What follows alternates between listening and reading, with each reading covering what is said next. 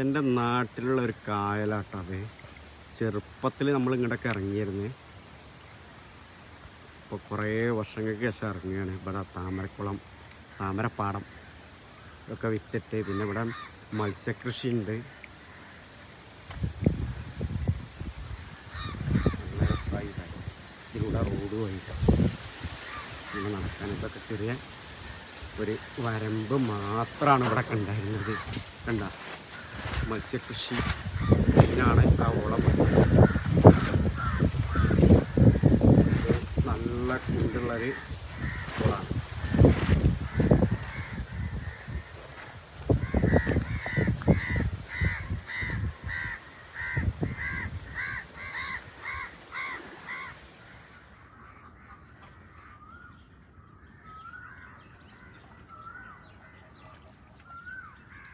രാവിലെ നല്ല ഭംഗിയാണ്. പക്ഷികളും പിന്നെ അടുത്ത വീട്ടിലെ അരയന്നങ്ങളും എല്ലാം എത്തും.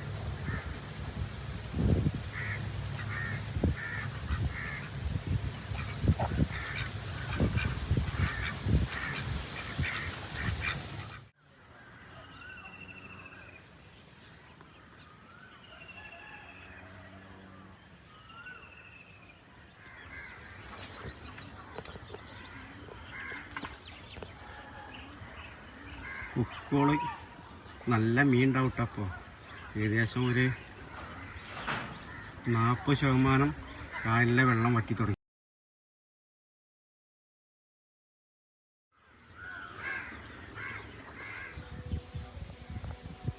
നോമ്പ് പറക്കാനുള്ളൊരു ടെൻ്റ് കെട്ടിയിട്ടുണ്ട് കേട്ടോ. അവിടെ കുട്ടികളെ കെട്ടിയതാണ്.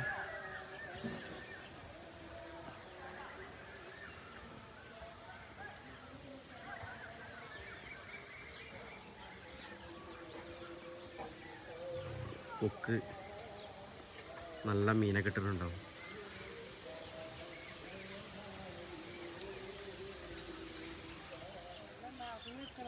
അരയണ്ണം ഈ അരയണ്ണം തന്നെ ഒരുവിധം മീനോളം ശരിയാക്കുണ്ടാവൂല്ലേ? കുണ്ടുണ്ട്, ഒരാൾ കുണ്ടുണ്ട് തോന്നുന്നുണ്ട് അല്ലേ?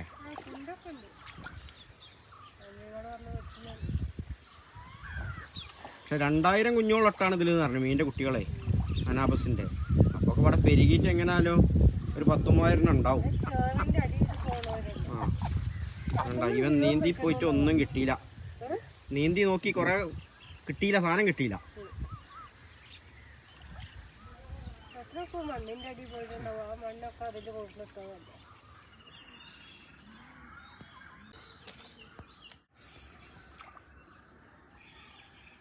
ഓക്സിജൻ കുറഞ്ഞ വെള്ളത്തിൽ മീനുകളൊക്കെ പൊന്തി വരുന്നുണ്ട്, പൊന്തി നടക്കണം.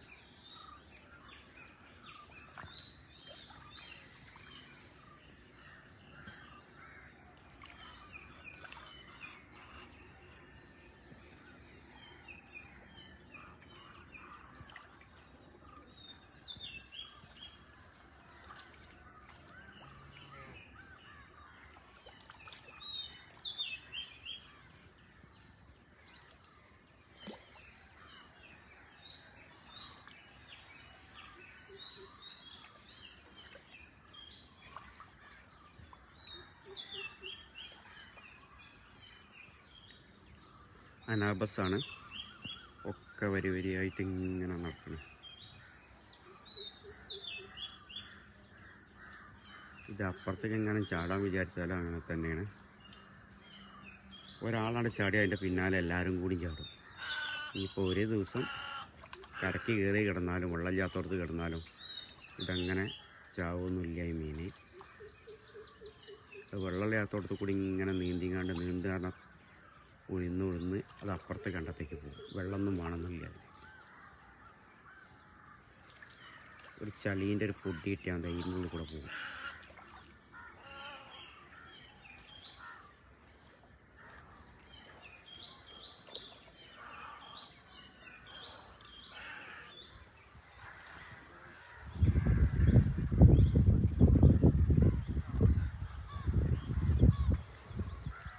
നമ്മളെ താമരപ്പാടം ഫുള്ള് വറ്റിയിട്ടാണ്, കായലൊക്കെ വറ്റി കുട്ടികൾ കളി തുടങ്ങി.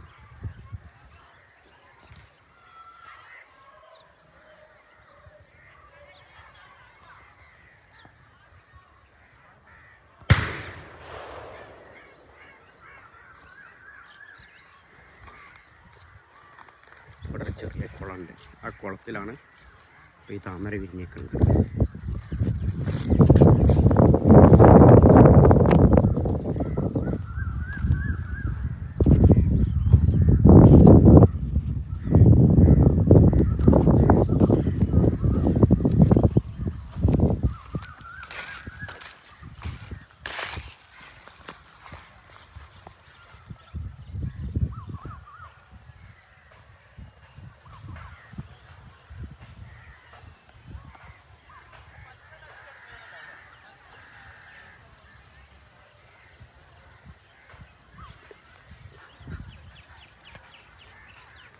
ഒന്ന് നമ്മൾ പറിച്ചിട്ട് വീട്ടിൽ കൊണ്ടുപോയിട്ട് ടാങ്കിയിലിട്ടോക്കട്ടെ, എങ്ങനെ ഉണ്ടാവുന്നത്.